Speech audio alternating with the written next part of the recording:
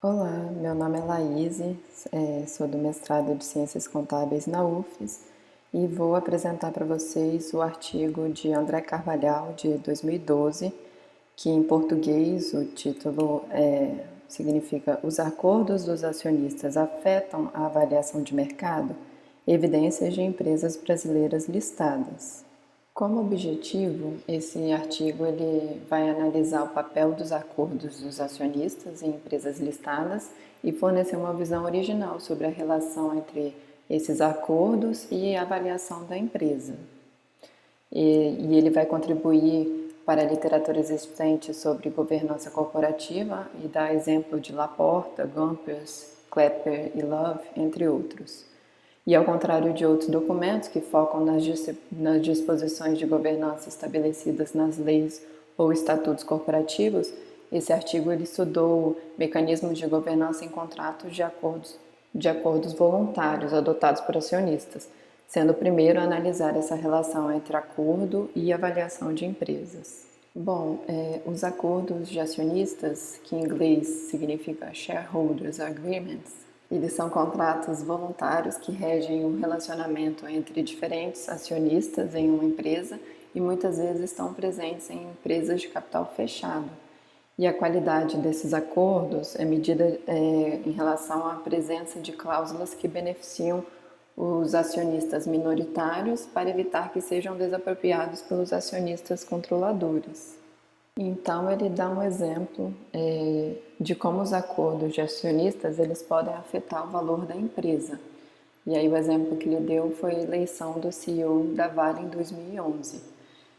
O acionista controlador da Vale é a Valepar, uma holding na qual o governo detém diretamente 61% das ações com direito a voto, seguido por dois investidores privados, que é a Bradespar e Mitsui, com 21% e 18% dos votos, respectivamente.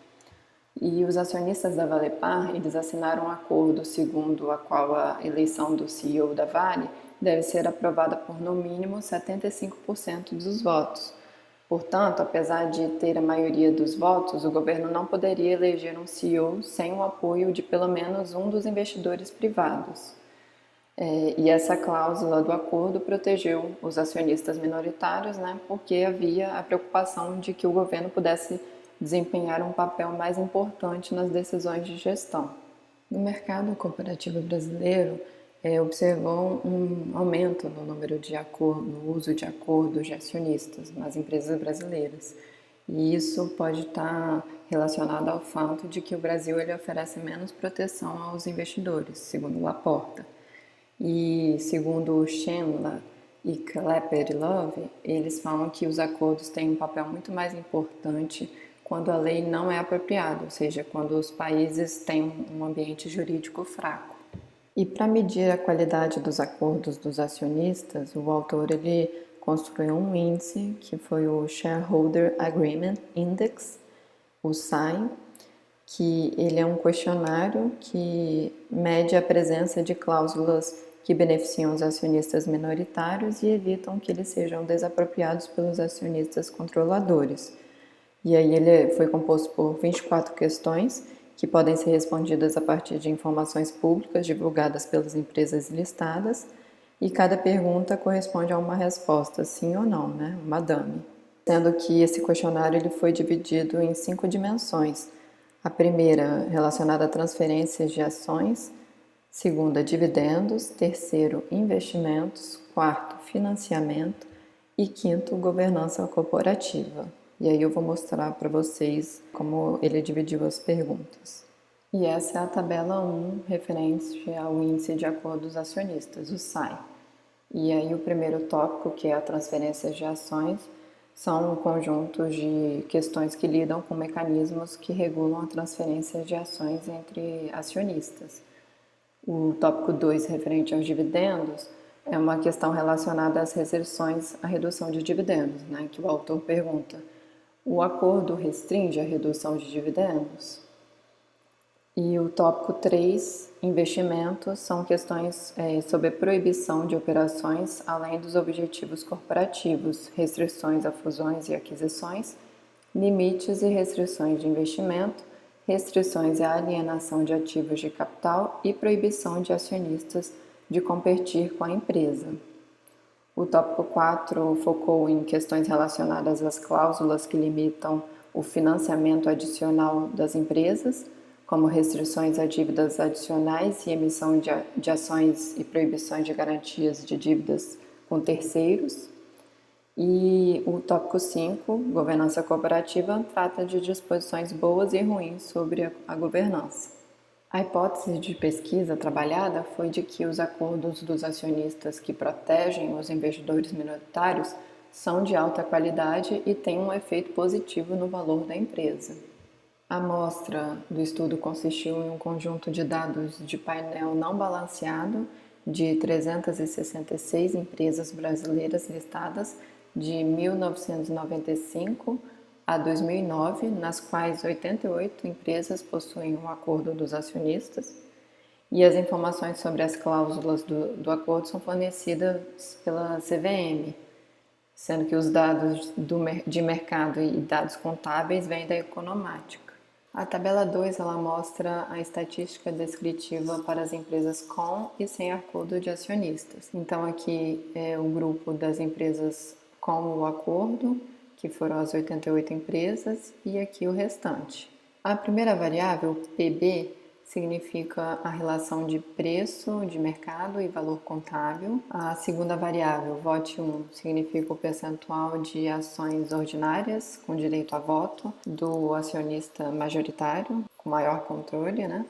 O TOT1 significa o percentual de ações de preferenciais e ordinárias do acionista com maior poder de voto. VOT 4 significa o percentual das ações com direito a voto, que são as ordinárias, dos 4 maiores acionistas. TOT 4 é o percentual das ações com direito a voto e sem as preferenciais, né? Que é o dos 4 maiores acionistas. Leve alavancagem, ROA é o retorno sobre o ativo, size é o tamanho da empresa, novo mercado, NM, né? Família significa se a empresa ela é controlada por grupos de família ou indivíduos. Gov, se ela é controlada por governo, né? Form significa se ela é controlada por investidores estrangeiros. Inst significa se ela é controlada por investidores institucionais como bancos, seguradoras, fundos de pensão, fundações ou fundos mútuos. Bom, olhando a variável VOT1 e TOT1, a gente observa que as empresas sem o acordo de acionistas, elas têm a propriedade mais controlada, né, pelos maiores acionistas, os acionistas majoritários, do que as companhias com o acordo de acionistas. Olhando aqui a variável VOT 4 e TOT 4, a gente vê que a média foi maior para as empresas com o acordo, né? Então, o poder de voto dos outros 4 maiores acionistas ela é maior para as empresas com acordo. Isso indica que os outros grandes acionistas controlam uma importante participação na empresa e desempenham um papel importante nas empresas brasileiras, uma vez que seus votos são fundamentais para a aprovação de muitas decisões pelos maiores acionistas. Quanto às variáveis leve e size, a gente observa que as empresas com acordo elas são maiores e mais alavancadas do que as empresas sem o acordo, né? Já as empresas com acordo adotam melhores práticas de governança, olhando a variável novo mercado, quando comparadas às firmas sem acordo. Então, aqui 0,1 e aqui 0,04. Quanto à origem dos acionistas, as variáveis família fazem parte do grupo de controle na maioria das empresas, seguido pelos investidores estrangeiros, governo e investidores institucionais. Sendo que a gente pode observar que todas essas variáveis elas foram significativas ao nível de 1%. e apenas as variáveis VOT1 e TOT1 foram maiores para os grupos sem o acordo de acionistas. Em relação à correlação entre as variáveis, a tabela 3 ela mostra que, novamente, as variáveis VOT1 e TOT1 essas apresentaram sinal negativo em relação às outras que foram todas sinal positivo. Então, significa que a relação entre o acordo de acionistas, que é representado pela variável agree, e essas variáveis VOT1 e TOT1 tem uma relação negativa. VOT1 e TOT1 significa o percentual de ações. O primeiro é só de ordinárias e o TOT1 significa ordinário e preferencial do maior acionista controlador. Em relação às variáveis agree, que é o acordo, e o SAI, que é o índice que mede a qualidade do acordo, elas foram positivas com a variável PB, que é a relação de preço de mercado e valor contábil, sugerindo que os acordos de acionistas e sua qualidade estão positivamente associados à avaliação da empresa. Olhando para a variável NM, que é o índice de novo mercado, que mede as melhores práticas de governança corporativa, a gente observa que os acordos estão correlacionados positivamente com essa variável, indicando que as empresas com o acordo de acionistas adotam boas práticas de governança. Também podemos observar uma correlação positiva entre acordo, tamanho, leve e ROA, indicando que as empresas com acordo de acionistas são maiores, mais alavancadas e mais lucrativas do que as empresas sem acordo. Em relação à tabela 4, o painel A, que refere-se à transferência de ações, a gente observa que esse primeiro item aqui significa o direito de preferência, que é o direito de preferência do acionista minoritário transacionar antes do acionista majoritário. E marcou aqui que 82% das empresas com acordo oferecem esse direito. E o segundo item com maior destaque foi esse de 65%, que refere-se à restrição de transferências de ações sem o consentimento de todos os acionistas. Em relação ao painel B, que trata sobre a restrição dos dividendos, a maioria das empresas com acordo de acionistas tem restrições sobre a redução de dividendos. O percentual foi de 57% da amostra, sendo que o uso comum de convênios sobre dividendos no Brasil é consistente com seu ambiente jurídico fraco, conforme relatado por Laporta. Em relação ao questionário relacionado às cláusulas de investimento, que foi o painel C, a gente observa que a maioria das cláusulas estão presentes nas empresas com acordo de acionistas, exceto a última, que refere-se à não competição de empresas. No painel D, a gente observa que as restrições de políticas de financiamento são tão comuns quanto as restrições de investimento, pois todas as cláusulas ao tema estão presentes em mais de 50% das empresas com acordo. E no Brasil, 63% das empresas com acordos de acionistas restringem a emissão de ações preferenciais. 58% restringem novas dívidas e 51% proíbem garantias de dívidas com terceiros. Em relação ao painel E, que trata das disposições de governança corporativa, o autor ele observou que as empresas com acordo de acionistas no Brasil têm disposições de governança corporativa boas e ruins, pois 33% estabelecem remuneração executiva, 43% impõem restrições às transações com partes relacionadas, 26% declaram diretrizes para a nomeação e substituição de auditores independentes e 48% instituem arbitragem para soluções de controvérsias. Por outro lado, 95% e 66% restringem os direitos de votos dos acionistas e conselheiros, respectivamente, nas reuniões preliminares. E 44% e 86% obrigam a nomeação de indivíduos pré-determinados como o CEO e membros do conselho, respectivamente. Na tabela 5, o autor ele mostrou o índice de qualidade do acordo de acionistas, né, que é o SAI.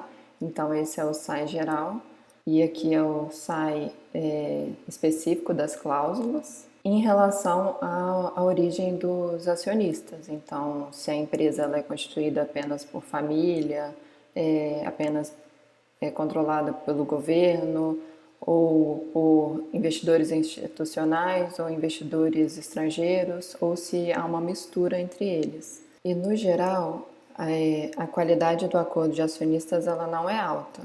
A gente vê aqui que a média é de 4,7. E a qualidade do acordo foi pior nas empresas que são controladas por família e indivíduos, governo e investidores estrangeiros. Esse daqui que deu 2,5 a média. Por outro lado, o maior SAI é alcançado por empresas onde os 4 tipos de acionistas estão presentes, ou seja, o acordo de acionistas apresentou melhor qualidade quando as empresas são controladas por famílias e indivíduos, governo, investidores estrangeiros e investidores institucionais, que o índice deu com média 6. A equação de regressão utilizada pelo autor foi essa daqui, onde o PB é a relação de preço e valor contábil, que representa o valor da empresa, né? Então, essa foi a variável dependente utilizada. A variável independente foi agree, que é o acordo, que é a variável dummy igual a 1 se a empresa tem acordo de acionista e 0 caso contrário, e X é o conjunto de características exógenas observáveis da empresa e é o termo de erro. A tabela 6 mostra a regressão por OLS e estimativa de efeito fixo. Na regressão OLS, o modelo 1 ele trabalhou com aquelas variáveis iniciais, que é o VOT1, TOT1, novo mercado, alavancagem, ROA e tamanho, e o agree. Já no modelo 2, ele adicionou a variável SAI, que é o índice de qualidade do acordo. Em ambas, os resultados foram parecidos e o R2 ao quadrado foi o mesmo, porém a regressão agree está positiva e estatisticamente significativa a 1% no modelo 1 e no modelo 2 a 5%, indicando que a avaliação da empresa está positivamente relacionada à presença de acordos de acionistas. A variável SAI adicionada no modelo 2 apresentou positiva e estatisticamente significativa a 10% em relação ao valor da empresa, que é o PB. Em relação às variáveis de controle, a gente observa que existe uma relação positiva e significativa entre o valor da empresa e o percentual total de ações pertencentes ao maior acionista, que é o TOT1, entre as práticas de governança, que é o NM, a alavancagem, o retorno do ativo e o tamanho da empresa.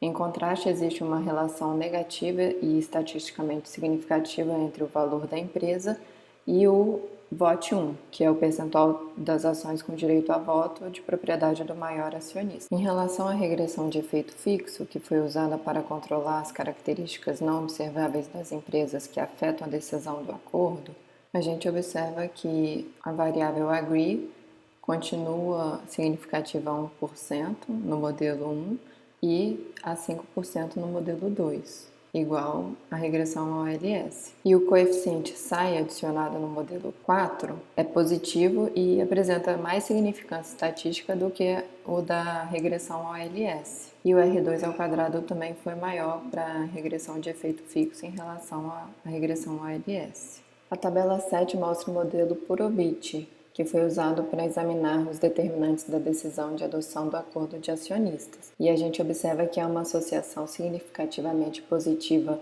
entre a decisão da empresa de adotar o acordo e as variáveis VOT1, VOT4, TOT4, governança corporativa, que é o NM, tamanho da empresa, ROA e alavancagem, sendo que a alavancagem ela teve um percentual de significância de 5% e os outros teve um percentual de 1%. E também existe uma relação negativa entre a probabilidade de adoção do acordo e o percentual total de ações, que é o TOT1, relacionados ao maior acionista. Para analisar melhor se os acordos dos acionistas têm uma relação significativa com a avaliação da empresa, o autor realizou um estudo de evento para determinar a reação do preço de mercado, que é medido pelo retorno anormal, AR, quando as empresas adotam um acordo. Então, o AR0 é o retorno anormal no dia em que o acordo foi assinado pelos acionistas, e aqui é uma série temporal, né, que é o retorno anormal um dia antes e um dia depois que o acordo foi assinado, aqui 5 dias antes e um dia depois que o acordo foi assinado, e 5 dias antes e 5 dias depois que o acordo foi assinado. Os retornos anormais foram significativos e positivos a 1%, variando de 1,25% a 4,88%, evidenciando que os acordos de acionistas têm uma relação significativa com relação à avaliação de empresas. Bom, depois de relatar que os acordos são relevantes para o valor da empresa, o autor usou a variação transversal, que é o cross-section, nos retornos anormais para testar a hipótese da relação positiva entre a avaliação da empresa e o SAI, que é o índice de qualidade do acordo. E podemos notar que todos os coeficientes do SAI são positivos e significativos a 1% e a 5%. 1% e 5% os restantes. E como conclusão, o autor descobriu que a propriedade e o controle estão muito concentrados nas mãos de alguns grandes investidores, o que pode levar a conflitos de interesse entre acionistas, controladores e minoritários, sendo que o papel do acordo de acionistas na mitigação de potenciais conflitos entre acionistas devem ser positivamente relacionados ao valor da empresa. E, no geral, os resultados dos modelos de regressão e o estudo de evento fornecem evidências de que as empresas com acordo têm valor maior de mercado e que os acordos protegem os investidores minoritários e têm uma relação forte e positiva com a avaliação da empresa.